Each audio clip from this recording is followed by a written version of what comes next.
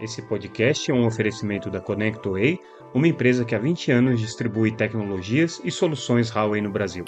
Olá pessoal, tudo bem? Aqui é Samuel Possebon, editor da Teletime, e a gente está de volta com mais um episódio do nosso Boletim Teletime, nosso podcast diário com as principais notícias do mercado de telecomunicações, hoje trazendo os destaques dessa terça-feira, dia 18. Como eu já havia comentado com vocês, essa semana a gente está realizando em São Paulo o Fórum de Operadoras Inovadoras, um evento que a Teletime faz em parceria com a Mobile Time, que é um evento que discute as novas tendências, as novas oportunidades de negócio e tudo aquilo que está sendo feito no setor de telecomunicações para além dos serviços tradicionais. O evento trouxe muitas notícias, então a gente vai analisar muita coisa aqui. O nosso boletim de hoje, inclusive, deve ficar um pouquinho mais comprido por conta disso, mas eu convido todo mundo que tiver interesse em conhecer mais detalhes sobre aquilo que foi discutido, também entrar no nosso site www.teletime.com.br. Lá a gente tem as matérias completas, a cobertura ampla e extensiva de tudo o que aconteceu no Fórum de Operadoras Inovadoras. Mas vamos começar com um destaque importante. A gente trata de vários temas nesse evento, mas um dos temas que a gente tratou é a busca dos provedores de internet, dos provedores de banda larga, por uma rentabilização, por uma ampliação da possibilidade de conseguir novos negócios, buscar novas alternativas de serviços digitais. E esses pequenos provedores, principalmente aqueles pequenos provedores que hoje já estão num nível mais profissional de prestação de serviço, eles estão muito preocupados com a comoditização dos serviços de banda larga, com o fato de que hoje são muitos provedores de pequeno porte oferecendo esses serviços nas localidades brasileiras, principalmente naqueles mercados mais atraentes, e isso tornou a banda larga um serviço praticamente invisível na visão que foi trazida por um dos nossos debatedores. E aí, qual que é o remédio para essa invisibilidade? Como é que você faz para voltar a ser relevante para o consumidor? O caminho, segundo os prestadores de serviço que participaram do nosso debate, está claramente colocado na adição de valor ao serviço de banda larga, ou seja, trazer serviços digitais. O que não deixa de ser uma estratégia muito diferente daquela que tem sido buscada pelas grandes operadoras. Então, essas pequenas operadoras que hoje já têm uma estrutura mais consolidada, já conseguem fazer uma frente competitiva um pouco mais intensiva com relação aos grandes operadores, padecem aí exatamente da mesma dor, do mesmo sofrimento que as grandes operadoras enfrentam hoje, como deixar de ser um dumb pipe, ou, usando uma expressão muito interessante que foi colocada também dentro do evento, deixar de ser simplesmente tubos e conexões e passar a ser valor agregado. Bom, dentro desses serviços de valor agregado, muitas coisas estão sendo hoje oferecidas pelos ISPs, pelas operadoras de pequeno porte, que vão desde serviços de streaming, o que também de alguma maneira mimetiza a estratégia das grandes operadoras, mas também serviços de casa conectada, serviços móveis através de MVNOs ou, em alguns casos também, por meio de operadoras próprias, serviços de segurança, serviços voltados para o mercado corporativo, serviços B2B, uma série de serviços que hoje têm sido oferecidos, mas, de uma maneira geral, a mensagem que fica não pode fazer isso sem perder o DNA de um pequeno operador, sem perder o DNA daquele operador que nasceu dentro de uma comunidade local, dentro de uma região e que tem o conhecimento desse público, desse mercado. É o que fez essas pequenas operadoras, que hoje se tornaram operadoras já de porte um pouco maior, serem relevantes no mercado, conquistarem mais de 50% de market share, se a gente for olhar todo o universo aí de serviços de banda larga, e isso, essa regra, deve se prevalecer também agora no momento em que essas empresas buscam esses serviços de valor adicionado. Então, esse tem sido o caminho colocado por essas empresas. O desafio não é pequeno, é você conseguir ampliar o ticket médio de R$100 para talvez R$200, acrescentando também serviços móveis. É o desafio de você conseguir levar serviços de streaming, conseguir levar serviços corporativos, o que também requer um investimento e requer uma mudança na agenda. E claro, uma preocupação aí que eles têm com a competição que em alguns casos passa a ser muito agressiva dos pequenos operadores e também dos grandes operadores. Então, essas empresas que participaram do evento apontam que esse caminho de crescimento através de serviços digitais, apesar de ser um caminho importante, não é um caminho simples. E aí, nessa mesma linha, né, a gente também ouviu durante o evento as operadoras virtuais. É um outro mercado que hoje tem já encontrado no Brasil algum crescimento, mas o Brasil ainda é um mercado que está muito atrás de outros países de referência da América Latina e mesmo do mundo em relação ao percentual de acessos banda larga móvel oferecidos por MVNOs, acessos móveis oferecidos por MVNOs. O Brasil tem uma dificuldade para isso, e aí, segundo as manifestações que foram colocadas durante esse evento, várias razões contribuem para o fato do Brasil não ter conseguido ainda deslanchar no mercado de MVNOs. Uma delas é uma questão tributária. As MVNOs pagam tributação da mesma maneira como qualquer operadora de telecomunicações, só que elas estão já operando com um custo operacional muito mais elevado, porque dependem da rede das grandes operadoras de telecomunicações, então a margem diminui. Com a tributação que existe, a margem fica menor ainda. E um outro problema é justamente essa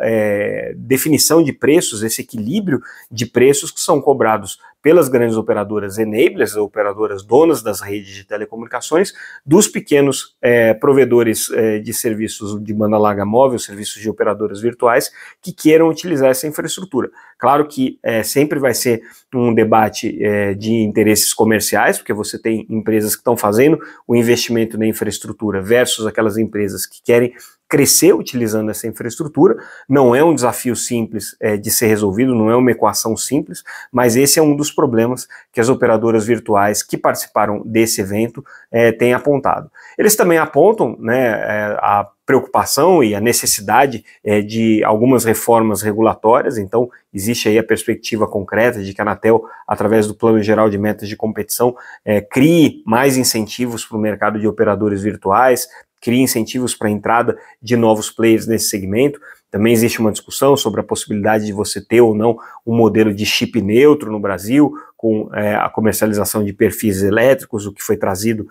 pela operadora Base Telecom alguns anos atrás, e que as MVNOs discordam dessa abordagem do ponto de vista competitivo, porque entendem que uma operadora de chip neutro estaria criando uma situação esdrúxula do ponto de vista regulatório. Porém, é muito interessante a gente notar que é também uma oportunidade de negócio para essas empresas que estão participando no mercado. Então, tudo isso foi discutido durante o evento, e o mercado de MVNOs é cada vez mais relevante também para os ISPs poderem fazer esse diferencial competitivo. Bom, falando da estratégia aí das empresas que estão atuando nesse segmento, a gente traz o caso interessante da Tata Telecom, que é uma operadora móvel virtual que tem como foco principalmente atender o mercado de ISPs, e a Tata Telecom traz um modelo para o debate que é um modelo interessante, mas ao mesmo tempo preocupante. Eles têm dito que hoje, em alguns casos, tem valido mais a pena, ao invés de você fazer uma operadora virtual tradicional, em cima da regulamentação existente, você criar uma rede própria móvel, que tenha como natureza regulatória o serviço limitado privado, né, que é o chamado SLP, um serviço que é concedido para a criação de redes privadas ou de redes privativas, mas que é um serviço que tem uma característica restrita. Aquela rede não pode falar com a rede pública, ela tem uma limitação para falar com a rede pública. Então, o que muitas empresas que hoje têm interesse de operar serviços móveis têm feito é criar uma rede privada para a comunicação entre os seus grupos de usuários, entre os seus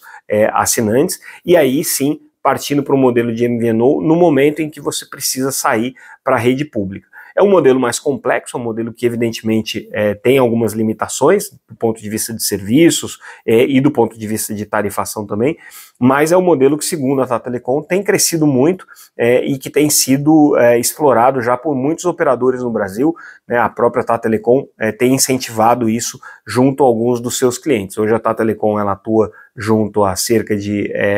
400 operadores regionais, né? São aproximadamente 100 mil assinantes móveis que a empresa tem entre esses ISPs, e 1.600 cidades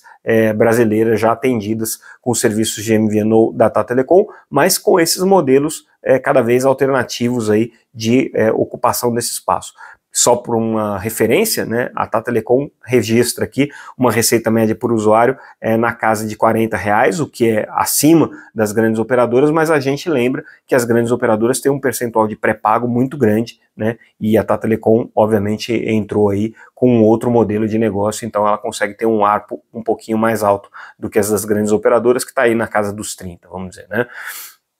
Bom, agora vamos falar ainda sobre as temporadas de balanço que a gente está vivendo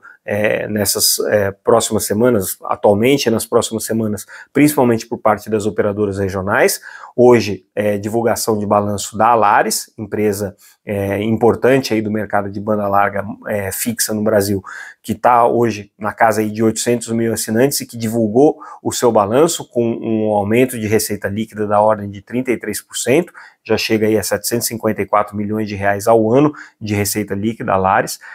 um EBITDA na casa de 338 milhões, também um crescimento importante, mas a gente tem que lembrar que a Alaris teve muito processo de aquisição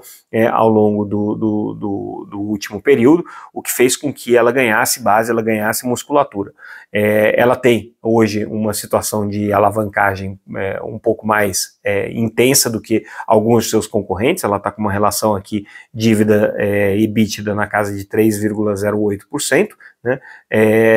Mas foi uma melhora em relação a 2023, em que eles tiveram aqui uma relação dívida EBITDA na casa de 4,13%. E segundo o presidente da empresa, que nos deu uma entrevista, o planejamento da empresa agora, para o ano de 2025, é crescer por meio de aquisições. Então, no trabalho da Alaris, aí, fazendo esse trabalho de saneamento, de incorporar as novas operadoras, de conseguir filtrar ali todos os problemas que essas novas operadoras que foram adquiridas nos últimos anos trazem para a base, e fazer o equacionamento dessa situação, o foco deles agora vai ser na aquisição de novos provedores de internet, buscando aí as oportunidades que estão colocadas no mercado, que segundo eles, tem bastante oportunidade sim disponível, e eles veem espaço para crescimento através dessas aquisições. Outra operadora que também divulgou o balanço nessa terça-feira foi a Desktop. Desktop já é uma empresa aberta em bolsa, então tem alguns compliances adicionais aí que precisa atender em termos de divulgação dos seus resultados, mas também fizemos uma entrevista com eles. Do ponto de vista de resultados, eles tiveram um crescimento de 33% no lucro no ano passado, chegando a 198 milhões de reais. Em termos de receita, também é uma das operadoras que já passou a casa de 1 bilhão, aí com 1 bilhão e 130 milhões de reais de receita, o que significou um avanço de 14% no ano passado, e é uma operadora que teve um EBITDA também aí bem relevante, de 579 milhões de reais, com uma margem, portanto, de 51%, que é uma boa margem para o mercado de telecomunicações. Operacionalmente, elas têm hoje 1 milhão e 130 mil usuários, mais ou menos, de banda larga fixa, né? Com um crescimento que também está num ritmo bastante relevante. Agora, do ponto de vista estratégico, o que a Desktop está apostando nesse momento? Está apostando no crescimento do mercado B2B, que eles não têm uma atuação ainda, é um dos poucos provedores regionais aí já desse porte que ainda não atua no mercado B2B, estão estruturando a sua operação para isso, e também estão com uma aposta grande no crescimento dos serviços de telefonia móvel através de MVNOs. Então, é mais um caso aqui de operador de banda larga que quer complementar os serviços, trazendo um serviço de valor adicionado, nesse caso, serviço móvel, com o serviço de operação virtual de SMP, serviço virtual de telefonia móvel, de banda larga móvel. Um outro ponto que foi bastante discutido no evento desse ano foi o mercado de data centers, que é um mercado que tem crescido muito no Brasil, de uma maneira geral, e a gente abordou quais são as oportunidades para as operadoras de telecomunicações na exploração do mercado de data center. E aqui é interessante a gente notar que, ao contrário do movimento de novos investidores em data center que está acontecendo em todo o mundo, com grandes investimentos em grandes infraestruturas de data center principalmente para atender esse segmento de hyperscalers, ou seja, dos grandes grupos aí, demandadores de capacidade de processamento de dados, de armazenamento. O modelo das operadoras de telecomunicações, pelo menos aquelas que participaram aqui da nossa discussão, está muito mais na linha de data centers descentralizados, de edge data center, e de você criar soluções mais customizadas para os seus clientes de serviços corporativos. A gente ouviu a Embratel, que participou desse debate. A Embratel há muito tempo já uma operadora de data center, já tem 5 data centers no Brasil, está construindo mais um, né, e que tem como foco agora esse modelo de data centers na arquitetura de edge data centers, ou seja, infraestruturas descentralizadas para atender às necessidades nas diferentes regiões. E outras empresas que participaram do nosso debate também estão seguindo mais ou menos na mesma linha. A gente tem, por exemplo, o caso da Telecom, que é uma operadora de atacado, que atua com uma relevância já bastante considerável no Nordeste há quase 20 anos, e que agora começa a fazer um investimento em data centers, também buscando essa regionalização. Nesse caso, não é exatamente uma descentralização, eles estão construindo data centers em alguns poucos polos ali tecnológicos do Nordeste, mas com foco principalmente em conseguir atender a essas demandas do mercado regional. E na mesma linha vai a Aloha, que também participou do evento, a Aloha Fibra, com investimentos em data centers de pequeno porte e também com parcerias com grandes provedores de data center, pelo menos essa é a estratégia que a Aloha entendeu que é a mais interessante agora. Mas, de maneira geral e consensual, todas as empresas que participaram do evento foram unânimes em dizer que hoje o mercado de data centers é sim uma grande oportunidade para o setor de telecom, principalmente porque o setor de telecom já chega com a infraestrutura de fibra ótica, com a infraestrutura de conectividade resolvida, né, o que é um grande adianto, né, para o segmento de infraestrutura de dados. E além disso, né, são empresas que têm contato já com o mercado corporativo, com grandes consumidores e que, portanto, conseguem a partir daí fazer um serviço mais customizado e mais direcionado para as necessidades desses clientes, segundo essa análise aí do debate que a gente realizou durante o Fórum de Operadoras Inovadoras. No evento a gente também falou sobre o processo de desligamento do 2G e do 3G, que é um processo que já está meio que anunciado, a Anatel já tem incentivado isso a acontecer, mas tem alguns paradoxos aí interessantes para serem observados, e quem chama atenção para isso é a MVNO Linkfield. Eles dizem o seguinte: hoje o mercado brasileiro tem de fato já enfrentado aí um decaimento tanto das conexões machine to machine, como as conexões dedicadas a pontos de pagamento, no 2G e no 3G. Mas não é um movimento que é linear em todos os segmentos. Por exemplo, ao contrário do segmento de rastreamento, né, em que você já tem uma aceleração aí do desligamento das redes 2G e 3G, o que tem acontecido com o crescimento, obviamente, do segmento de 4G, onde você tem tido uma estabilidade, vamos dizer assim, no mercado de terminais de pagamento, em que você não tem tido uma substituição tão rápida, onde você não tem tido uma substituição tão rápida. Aliás, perdão, eu inverti aqui a análise que eles fizeram. No caso dos terminais de pagamento, a queda do 2G, do 3G tem acontecido, esse sim, com um ritmo acelerado. No caso do rastreamento, essa queda já não é tão acelerada assim como era, e aí tem uma explicação para isso, né? O rastreamento depende da infraestrutura de 2G, que hoje é bastante presente no Brasil afora, né? Mas também tem tido um crescimento do 4G, segundo esse estudo que foi apresentado pela Linkfield. Vale a pena conferir aqui, porque a matéria dá os detalhes desse levantamento que foi feito sobre as tendências que estão sendo colocadas. E aí, segundo a Linkfield, existe sim uma oportunidade importante de ser capturada nessa troca de gerações do 2G e do 3G para o 4G e eventualmente também para o 5G, mas tem algumas preocupações que se colocam. Por exemplo, como é que você faz a logística reversa dos equipamentos, como é que você faz a questão da substituição desses equipamentos e que tipo de conectividade que esses equipamentos agora para machine to machine vão incorporar. Uma tendência que tem crescido muito, a gente tem visto isso nos debates, é o mercado de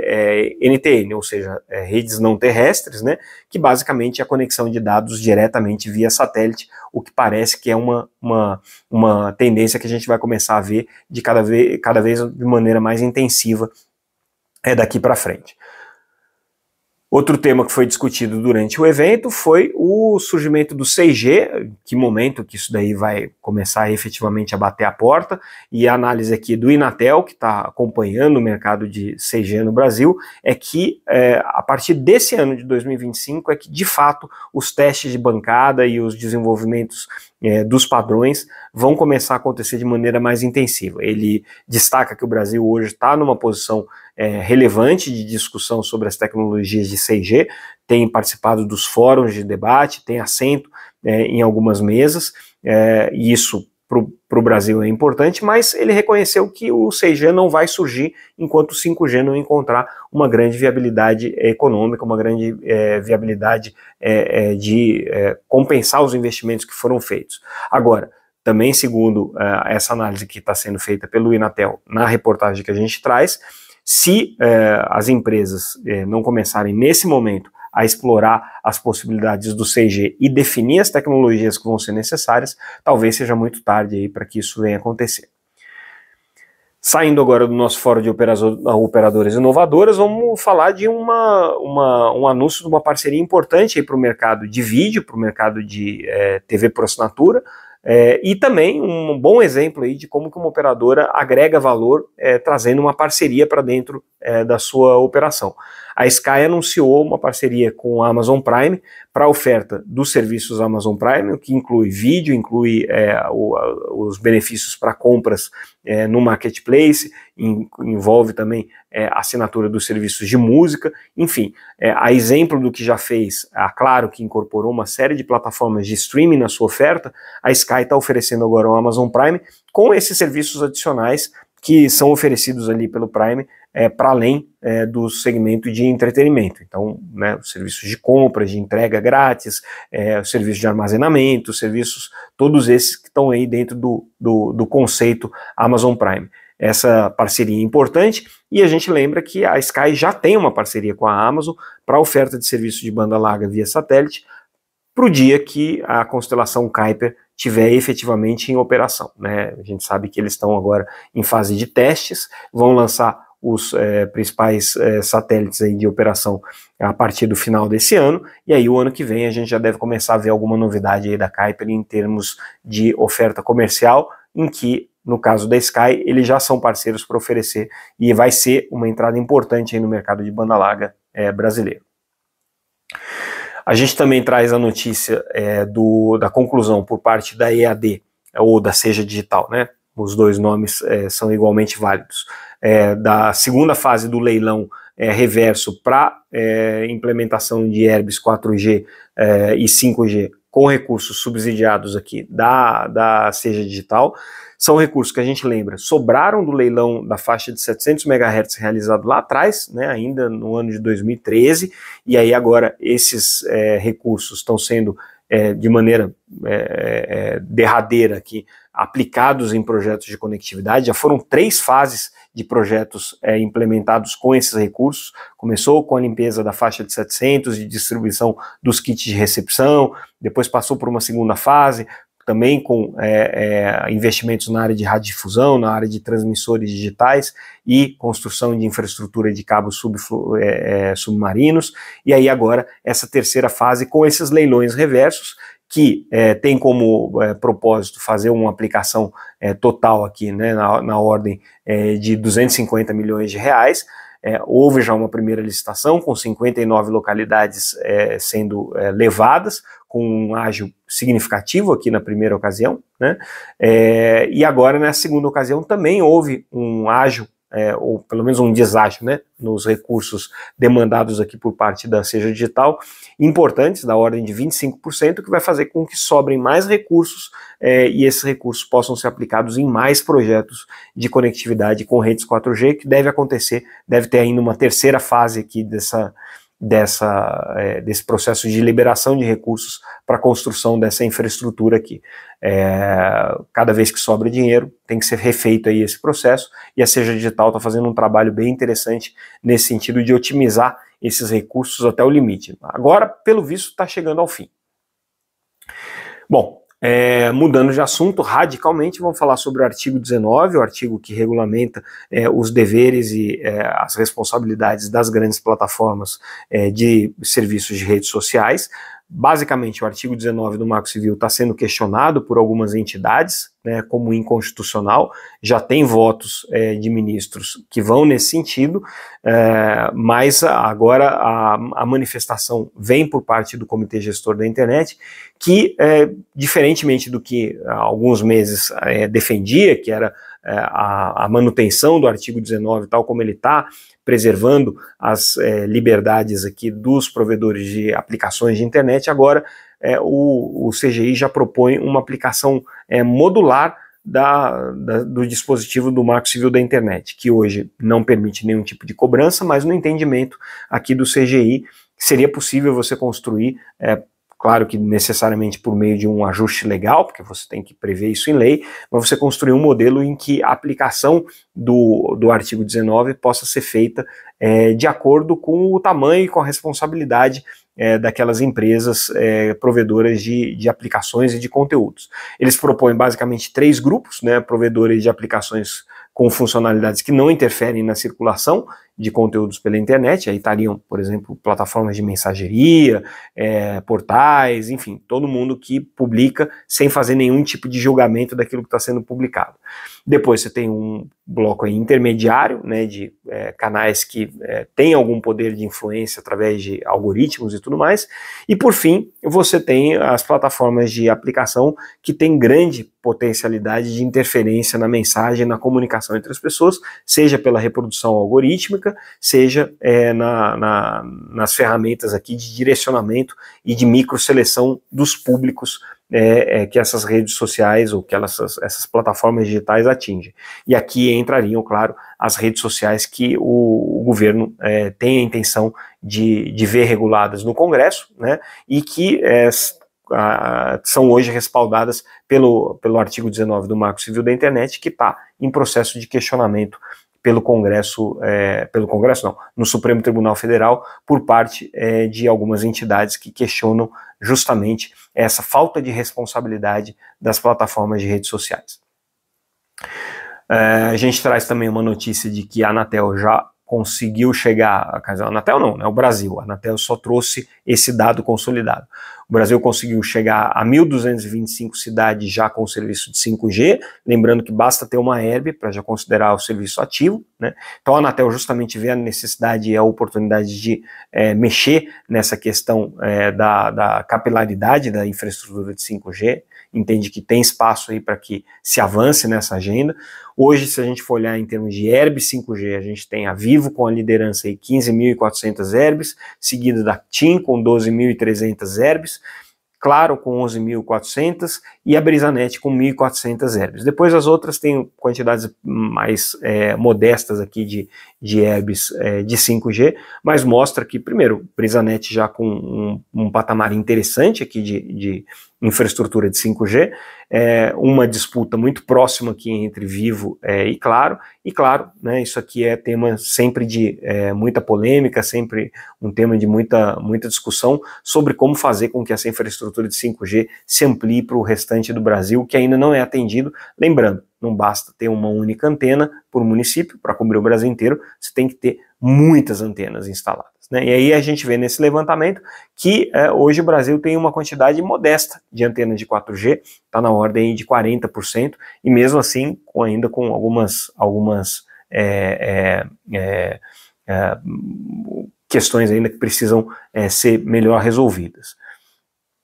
E aí, por fim, a gente traz a notícia de que a Justiça de Brasília, a Justiça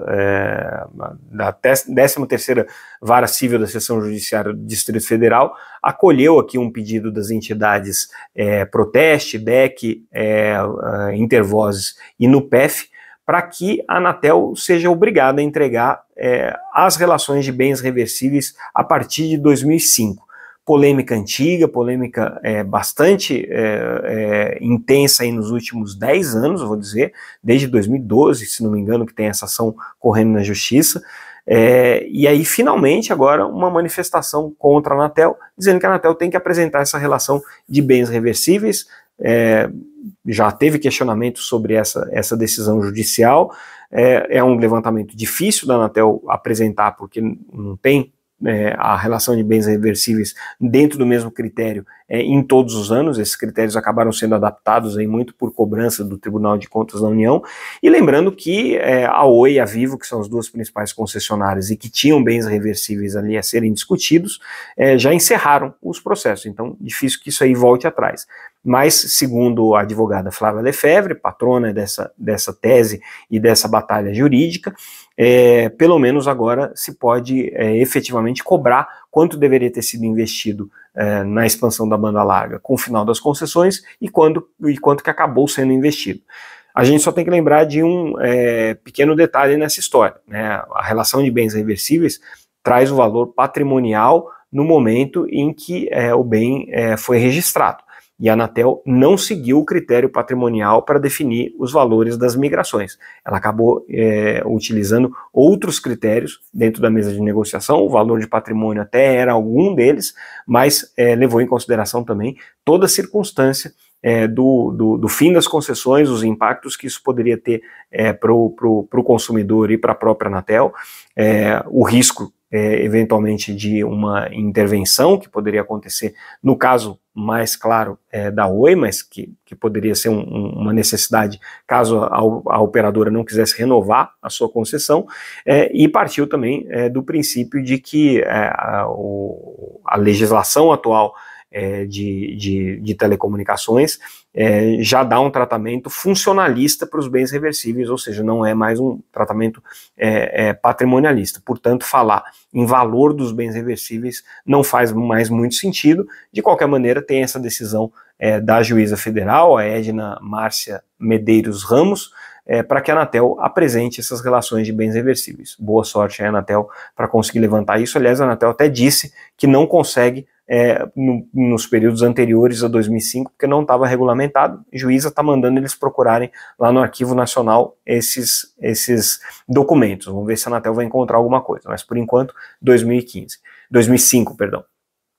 E é isso, pessoal. Com isso a gente encerra o nosso boletim de hoje. Ficamos por aqui. Amanhã tem mais Fórum de Operadoras Inovadoras, tem mais notícias do mercado de telecom. Com certeza a gente vai trazer tudo para vocês analisado, estudado, e se vocês tiverem mais alguma dúvida ou quiserem ter mais profundidade sobre aquilo que a gente discutiu, entre lá no nosso site www.teletime.com.br. Obrigado mais uma vez pela audiência. Amanhã a gente volta. Tchau, tchau, pessoal.